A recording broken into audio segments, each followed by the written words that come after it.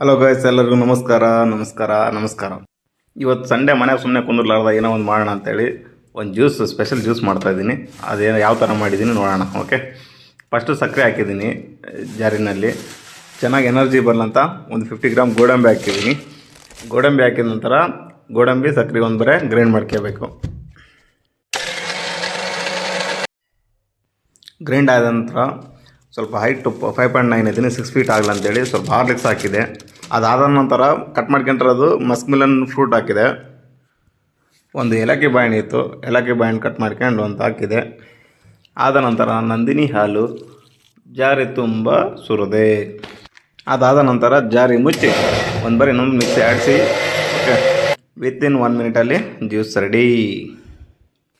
Taste ಕೇಳ್ತೀರಾ? ಎಂಥ ಸಖತ್ತಾಗಿದೆ ಅಂದರೆ ಸಖತ್ತಾಗಿದೆ. ನೀವು ಟ್ರೈ ಮಾಡಿ, ಟೇಸ್ಟ್ ನೋಡಿ, ಕಮೆಂಟ್ ಮಾಡಿ. Special Musk Milan juice ready.